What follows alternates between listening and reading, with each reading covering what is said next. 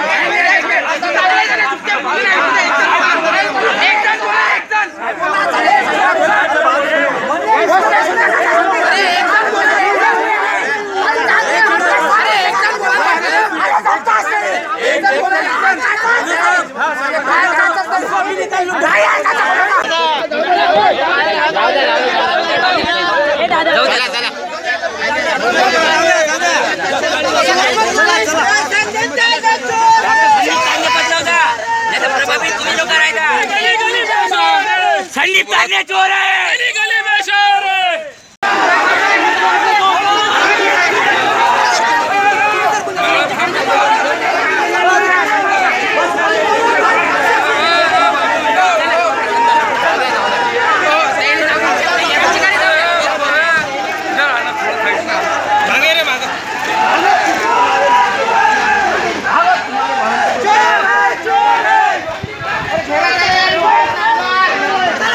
Print media आणि electronic मीडियाचे जे प्रतिनिधी वृत्त संकलनासाठी येथे गेले होते त्यापैकी काहींना मार लागल्याची सुद्धा जनचर्चा आहे। मागील वर्षी पार पडलेल्या विधान परिषद निवडणुकांमध्ये तसेच 2019च्या लोकसभा निवडणुकांमध्ये बहुजन समाजवादी पार्टीच्या वरिष्ठ पदाधिकाऱ्यांनी समाजाशी गद्दारी करीत तिकीट विकले असल्याचा आरोप सुद्धा यावेळी स्थानिक कार्यकर्त्यांनी त्यांच्यावरती केलेला आहे।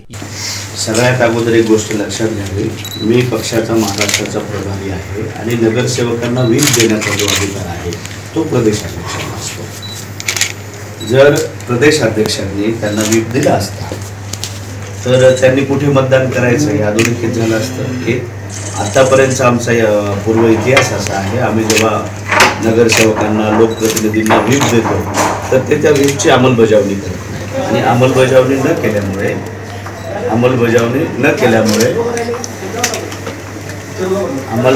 न केल्यामुळे मग आम्हाला त्यांच्यावरती कारवाई करावी लागते. त्या कारवाईपासून वाचण्यासाठी इथे अमरावती वर्धा विधान परिषदेची सुद्धा निवडणूक करू नको. त्या वर्धा विधान परिषदेच्या निवडणुकीमध्ये आणि राज्यामध्ये जेवढ्या त्यावेळेस निवडणुका झाल्या, कुठल्याही निवडणुकीमध्ये पक्षाच्या वतीने व्हीप देण्यात आला नव्हता आणि इथे काही कुठे सिंग्युलर लीडर नाही आहे, सामूहिक नेतृत्व आहे आणि तो काही माझा एकट्याचा आदेश नव्हता किंवा माझ्या एकट्याचा निर्णय नव्हता. त्याच्यामुळे कार्यकर्त्यांमध्ये गफलत झाली असावी किंवा त्यांचा गैरसमज झाला असावा. अमरावती लोकसभा मतदारसंघामध्ये जो उमेदवार लढवला त्या उमेदवाराची शिफारस अमरावती जिल्ह्याची जी आमची पक्षाची कार्यकारिणी आहे त्यांनी लेखी स्वरूपात आमच्याकडे केलेली आहे आणि तिकीट वाटप करण्याचा अधिकार माझ्याकडे वैयक्तिक एकट्याकडे थोडाच होता. मी होतो, प्रदेशाध्यक्ष साहेब सुरेश साखरेजी होते, त्याच्यानंतर आमचे खासदार डॉक्टर अशोक सिद्धार्थ साहेब होते, प्रमोद रैना साहेब आहेत महाराष्ट्राचे प्रभारी ते होते, चेतन पवार उपाध्यक्ष आहेत ते होते, त्यानंतर कृष्णाजी बेले महाराष्ट्राचे प्रभारी ते सुद्धा होते आणि यांना अमरावती लोकसभेमध्ये जो उमेदवार लढवला गेला तो उमेदवार पक्षाच्या वतीने लादण्यात आलेला उमेदवार नव्हता. या उलट अमरावती जिल्ह्याची जी जिल्हा कार्यकारिणी आहे त्यांनी त्यांच्या नावाचं सजेशन केलं, त्यांना घेऊन आले तिथे आणि घेऊन आल्याच्या नंतर यांना उमेदवारी द्या अशा प्रकारचा अर्ज आमच्याकडे दिला आणि त्याची आमच्याकडे प्रत आहे यांच्या सह्याची. त्याच्यामुळे यांनीच दिलेला उमेदवार आहे आणि तुम्ही कसं काय म्हणू शकता की आपल्या कार्यकर्त्यांमार्फत आलेल्या उमेदवारामध्ये आम्ही पक्षाच्या वतीने काही लागलं? त्याचाच उमेदवार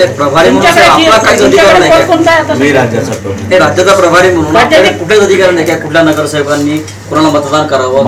मला एक गोष्ट सांगायची आहे साहेब, आता हा प्रश्न आताच पूर्ण. सगळ्यात महत्वाचं मी तुम्हाला अगोदरच सांगितलं आहे की काय निर्णय घ्यावा माझ्या सहीने तर काही व्हीप जात नाही. कुठल्याही पक्षामध्ये संविधान आहे, अध्यक्षपद महत्वाचं पद असते आणि त्यांच्या मार्फत व्हीप जातो.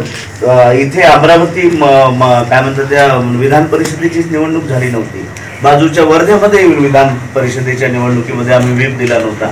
आम्ही व्हीप दिल्याच्या नंतर जो जिंकून येतो तो आमची अंमलबजावणी करत नाही, मग आम्हाला त्याच्यावर कारवाई करावी लागते, मग तो पळून जाऊ नये म्हणून आम्ही त्याच्याकडे दुर्लक्ष केलं होतं. आता तर महाराष्ट्राला प्रभारी आहेत, लोकल आहेत 3 आणि तिकडून पाठवलेले आहेत 7 प्रभारी. मला एक गोष्ट सांगा, विधान परिषदेची निवडणूक नंतर लोकसभेची निवडणूक, लोकसभेच्या निवडणुकीनंतर लोकसभेच्या निवडणुकीचा आढावा होता, त्याच्यामुळे तो काही प्रश्नच नाही आहे. सगळीकडेच दाखवा म्हणली. तुम्ही आठवत असाल आता राज्यसभेची निवडणूक आहे 6 जागेसाठी देशात, वेगवेगळ्या राज्यात ती निवडणूक आहे, बरोबर आहे. तशीच आपल्या राज्यामध्ये विधान परिषदेची 2-3 जागेसाठी निवडणूक झाली होती.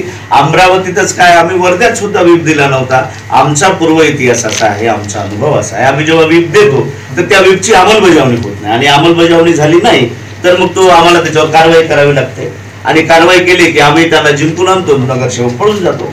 त्याच्यामुळं तत्कालीन परिस्थितीनुसार सर्वांनी मिळून तो निर्णय घेतला होता, तो माझ्या एकट्याचा निर्णय की आमच्या कार्यकर्त्यांना कोणी फितवलं असेल. सगळे चांगले कार्यकर्ते आहेत, माझा कोणाविषयी काही राग नाही आहे, माझा कोणाविषयी रोष नाही आहे, गैरसमजातून झालेला आहे. आम्ही भविष्यात त्यांना समजावून सांगू, आमची चूक आहे. मी सांगितलं की अमरावतीतच निवडणूक नाही झाली, वर्धातही कोर्ट याची विधान परिषदेची निवडणूक झाली होती,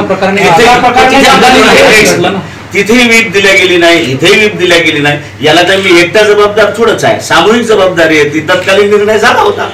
प्लीज माझं म्हणणं आहे, तुम्ही त्यांचं ऐकून जसं माझ्याशी बोलताय तसं माझं ऐकून घ्या ना प्लीज तुम्ही. मी अतिशय प्रांजळपणे अतिशय निर्मळपणे तुम्हाला सांगतोय, 2-3 ठिकाणी सामूहिक निवडणूक झाली होती, कुठेच आम्ही व्हीप दिला नाही. आम्ही व्हीप दिला की ते कार्यकर्ते जे जिंकून येतात ते पाळत नाहीत, पाळलं नाही की मग आम्हाला त्याच्यावर कारवाई करावी लागते. साधं गणित आहे ना. आता समजा राज्यसभेची निवडणूक आहे, विधानसभेच्या आमदारांना मतदान करायचं, पक्षाने त्याला व्हीप दिला, त्यांनी नाही मानला, त्या आमदारावर कारवाई करावी लागते. साधं गणित आहे. तर आम्ही त्याचं व्हीप दिलंच नाही आणि तो व्हीप देण्याचा अधिकार व्यक्तिश आम्हाला नाही आहे, तो सामूहिक आहे. त्याच्यामुळे हा प्रश्न घेऊन मलाच प्रश्न विचारणंही येऊ. याच पार्श्वभूमीवर ही मारझोड झालेली असावी असा अंदाज राजकीय वर्तुळामध्ये वर्तविला जात आहे. आपण पाहतात आखो देखा हाल. स्थानीय विश्रामगृहावरून कॅमेरामन राहुल टेकाडेसह रुची बनगय्या यांचा हा वृत्तांत.